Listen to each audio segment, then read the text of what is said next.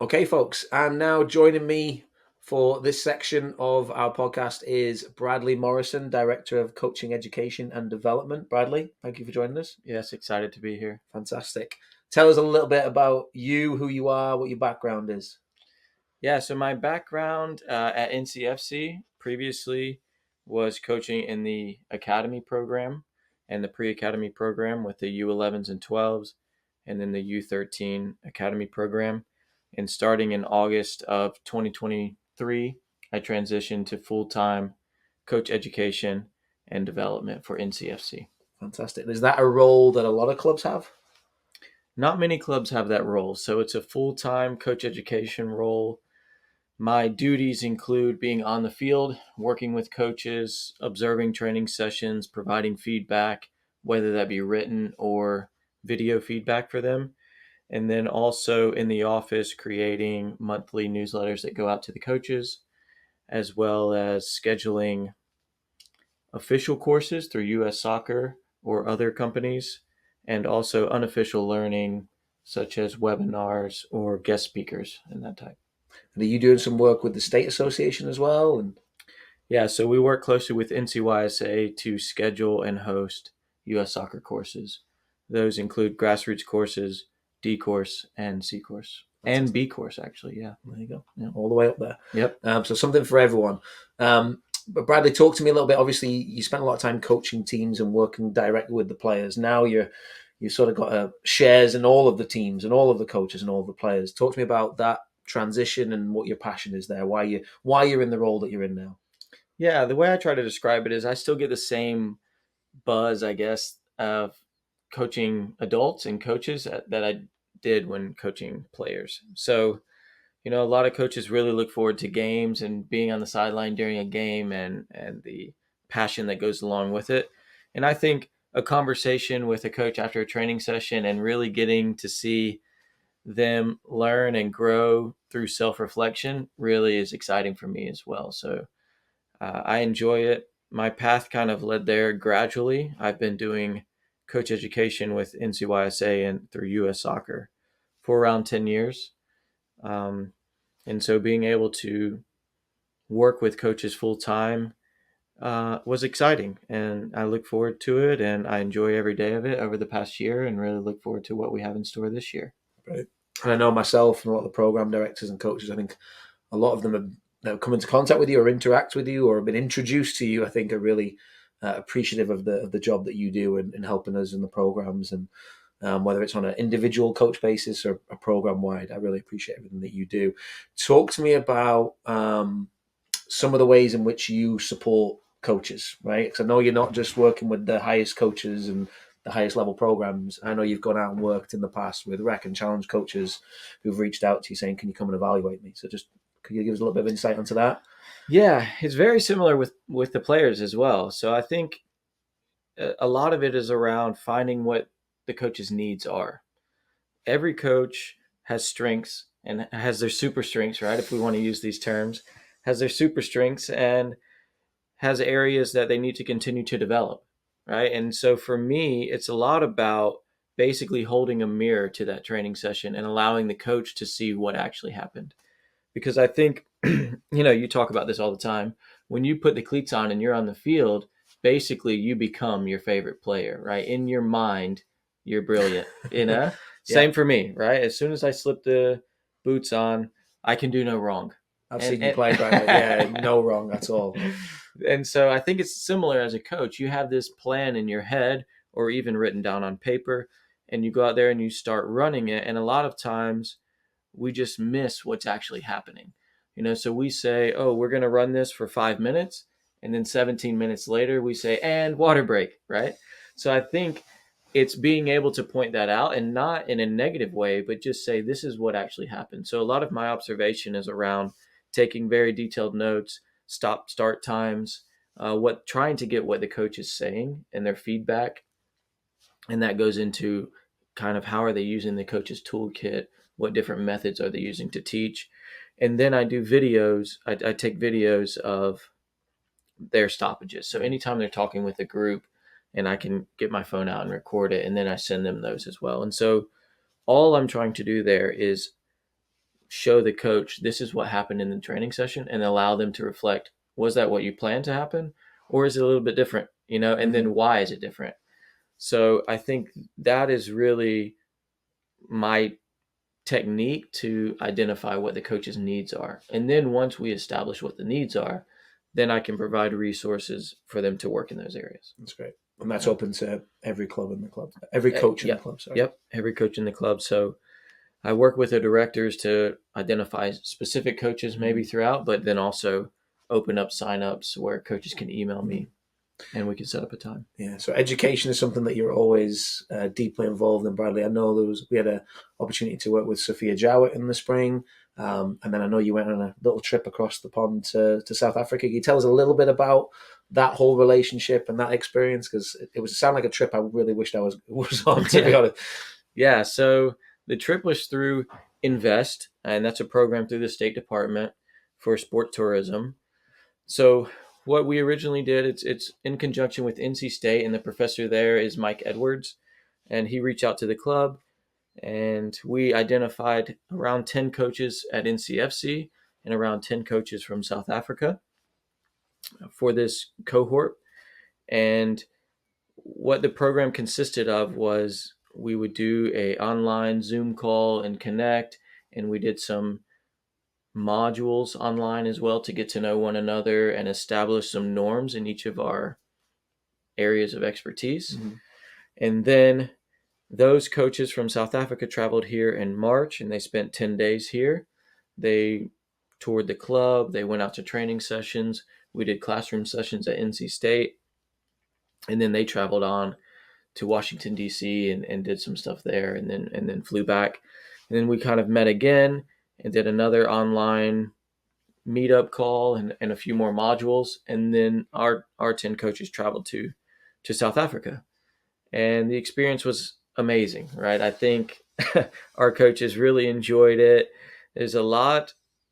Experience is a great influencer, right? And it's a chance for us to observe and take in what we had been talking about. And a lot of it was around diversity and creating opportunities for players through community activation, right? And I think what we recognized was they're much more ingrained in the community with their programming. So they provide transportation to and from. They provide a lot of the programs there were providing meals or fruits because some of the players may not have a fruit during the week and they wanted that training session to be the one time they get, right? So one of the academies they visited, they had a little bucket where the kids could stop in and grab a snack before they get to training. And that they felt that was important.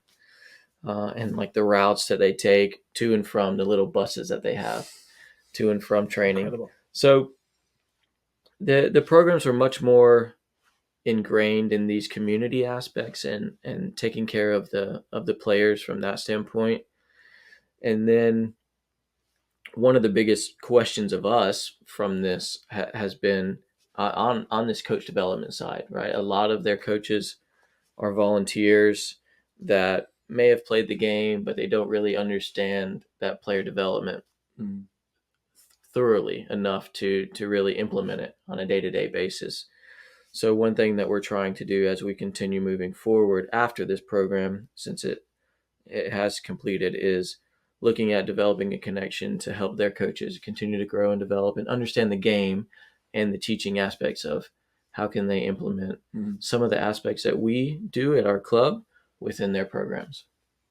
Without losing that connectivity and all the things around it that they're providing, because that sounds incredible. Right. So from that wealth of knowledge you've gained from South Africa, from your background coaching yourself and mistakes you've made and things you've done well, and now being the head of coaching, education and development, we've got a lot of challenge and recreation coaches that are just starting out, even obviously some of the higher levels and juniors and classic, just getting started in the next weeks here. What tips and tricks could you share with them, Bradley? So first practice, you get your players together. What are some of the things you should be looking to establish or get across in that first training session, you think? Yeah, I think the first session is always exciting, right? And everybody shows up with energy. The coach, the players, the parents, right? They're all there they're all really excited. So I think the first thing would be to set some standards and really get the parents and players to understand this is how the training activities are going to run. This is what I want from the training environment. But so the first thing is to greet every player and parent, and I typically do a little meeting, right, with them and just say, hey, this is who I am. I'm so excited to be your coach, and I establish a little bit about my philosophy, a little bit about how the training sessions are going to run. When am I going to end each time? When can you expect to pick up your child? You don't keep them guessing each right, week. It might be 4 hours, might be 40 minutes. Yeah, this is the space that we're going to be players. This is where you can put your bags, right? So little things like that can really help the training sessions run smoothly from there on, right? Mm-hmm. Because a lot of times at a lot of our fields I visit, you show up and it's kind of there's a lot of kids and coaches Chaos in one area. Yeah, so chaos may be a term you could use. Yeah. So establishing this is where we'll be, this is where you can put your bags, and these are the norms of how the sessions are going to run. And then get to know your players, right? Spend a little time getting to know their names. And the first week, I kind of like to play a little bit and see where the players are and learn about their needs. Start to make some mental notes or even jot down in my notebook some details about the players that you see on the field. Keep it simple. Yeah. But yeah. Well, I think you're with especially recreation. That's the program. Obviously, I work in most, but I think most first practices are going to be a lot of chaos. But I think just trying to organize that chaos a little bit. I think you're probably not going to eradicate, and I don't think you want to get rid of the chaos altogether, Bradley, because soccer is a sport that has a lot of chaos going on. Some coaches try to create that. Yeah, yeah, and I think what we all do as coaches is we can point out and pick out everything that's going wrong, right? And then a lot of times we try to fix everything in that 60-minute or 90-minute session. And so as you move through the season, recognizing, oh, I have 10, 20, 30 sessions to really move through everything that we need to work on. So identifying one or two things in each session. This is what we're working on today. How can I design activities that focus on that?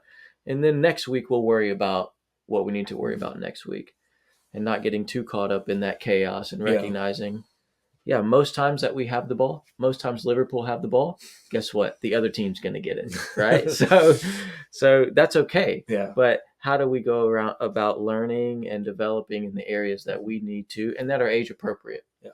So I think that's important. That's really important, yeah. I think obviously there's lots of great resources, Mojo, Scoreboard Soccer, Play Metrics for coaches. Bradley's a fantastic resource. But just looking now, obviously you've been a player. We talked about your glittering playing career there for 2 seconds. You've been a coach and you've also been a parent. So I just want to touch on those different bits of advice you might be able to give back to a young Bradley who's maybe just starting out as a recreation player. So what advice now, you've got a couple of greys coming in, Bradley, not too many, but you've got a lot of experience. So what would you go back and say to a 7-year-old Bradley that's just starting out in the game now? What would you go and say to him? What bit of advice would you give to him if you could go back? Yeah, just play as much as you can. I played after school every day. I didn't get picked up till 5 in elementary school. So elementary school got out at 3.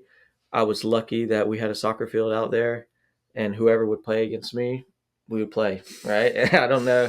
It wasn't even numbers. It wasn't, I don't know. I can remember the field right now, just 2 wood goals that were just in the ground. And we played every day. Sounds like a great surface as well, Bradley, right? Those goal mouths would look really fantastic, didn't they? Yeah, and so, I think a lot of it is just do what you find what you love. And if it is soccer, then that's brilliant. And then find these opportunities to play. When I got home, I was taking free kicks in the backyard, right, against the house. Broke the siding a couple times, stuff like that. Yeah, but it was. I also did other things. I played basketball. I rode a skateboard and rode my bike all around. But I always came back to soccer and continued to do it. And so I think finding that passion and really enjoying the process of what you're doing. It's not really about the outcomes. I wasn't on the best team in the state or anything like that. It was just about continuing playing and finding that opportunity and just enjoying what it was, the sport. It wasn't really about the outcomes that were coming from it. It was just, I love being on the field with a soccer ball, right? And still do. So yeah. Yeah.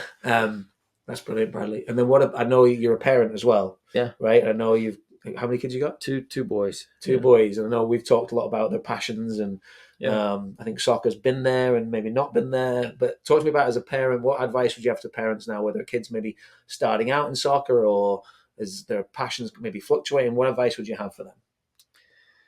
Yeah, it's being a support. What's it all about? Yeah. If I had that answer, I'd still be in the room with you, There Tait, you right? go. Yeah, Fair if I enough. had that answer. Appreciate it.